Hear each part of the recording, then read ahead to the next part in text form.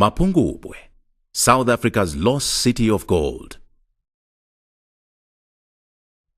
1,000 years ago, Mapungubwe in Limpopo province was the center of the largest kingdom in the subcontinent, where a highly sophisticated people traded gold and ivory with China, India and Egypt. The inhabitation of Mapungubwe started at 350 to 600 AD.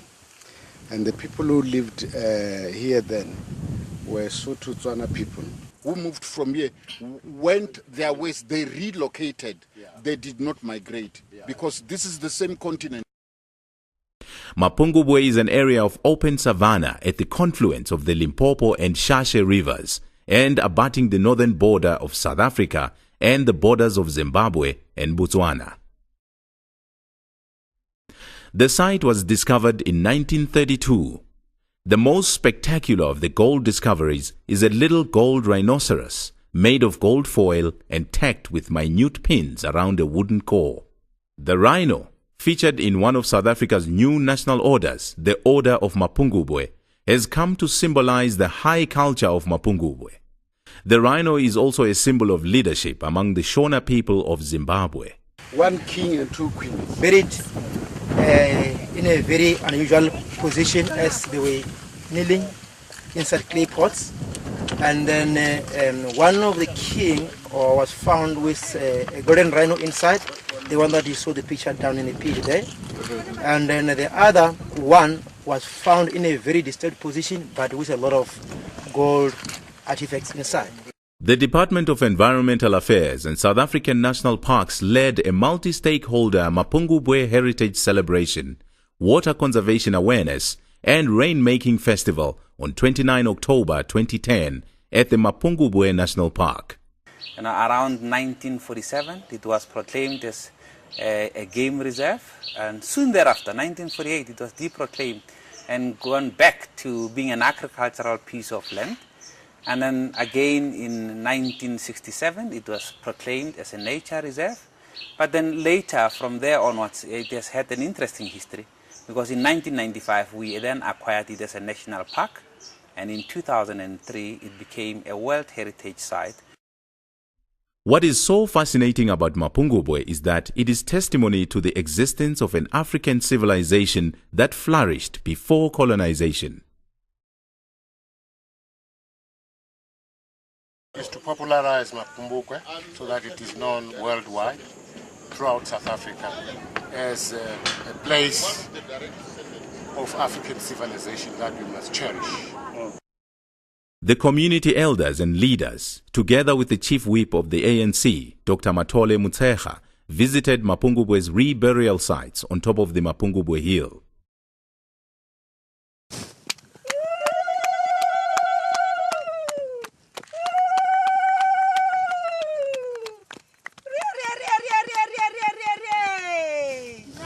Maybe we just need to explain, as it was said that the people who established Mapungubwe, the royal house, from here they moved to establish greatly Zimbabwe and other centers like Kami. And these people were called the Mambos, which means sacred kings. And generally they were known as Munomutapa or Vanamutapa. So the lady who is making the supplication to the gods is a direct descendant of the Munomutapa Empire of Great Zimbabwe. Her father is the founder of the Mujaji dynasty in Bulawayo. Resource Africa's involvement in the rainmaking festivities in Mapungubwe was key in laying a foundation for a broader context within which a program on the revival of heritage and indigenous knowledge systems would be achieved. Resource Africa is a non-profit organization that works with a range of global and African partners to encourage and deliver new models of natural resource management based on community participation. Resource Africa prides itself in working in partnerships with government as well as community organizations, working towards a a sustained improvement in the quality of life of marginalized Africans. We do this through various initiatives and projects. One of those such projects is the support to the People in Parks program in South Africa. We're very proud to be associated with the Department of Environmental Affairs, as well as all 9 provincial and 1 national parks management authorities, as well as with the communities in and around 30 parks around South Africa.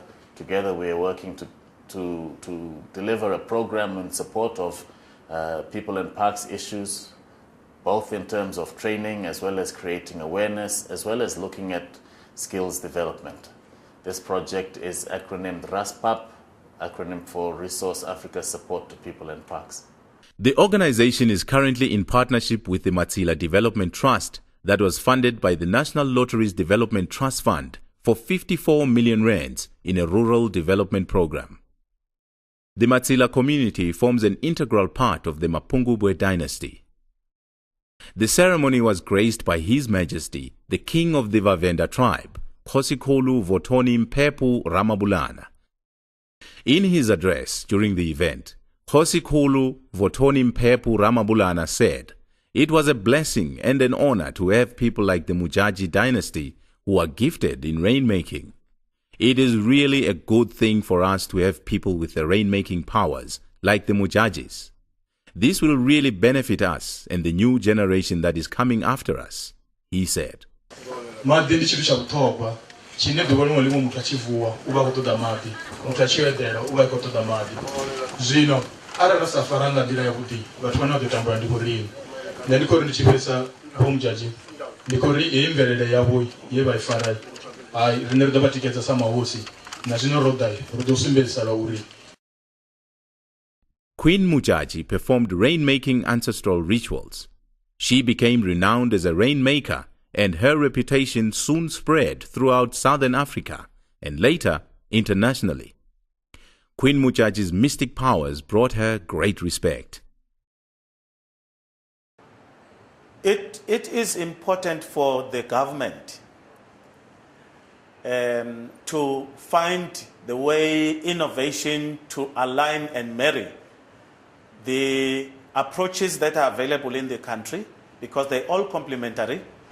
One of the avenues has been the support of the indigenous activities that support the water conservation, which links up the water affairs with the Mapungubwe, which links up with the Mujaji rainmaking ceremony. The main objective of the event, according to the Chief Whip of the National Parliament, Dr. Matole Motshekga, was the revival of important indigenous knowledge of water conservation linked to indigenous rainmaking ability, which could be infused into a valuable body of knowledge to manage contemporary challenges such as water scarcity and climate change.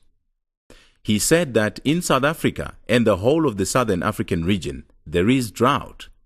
All the stories scientists told us are not proving to be real, so that is why we resorted to indigenous ways of rainmaking, he said.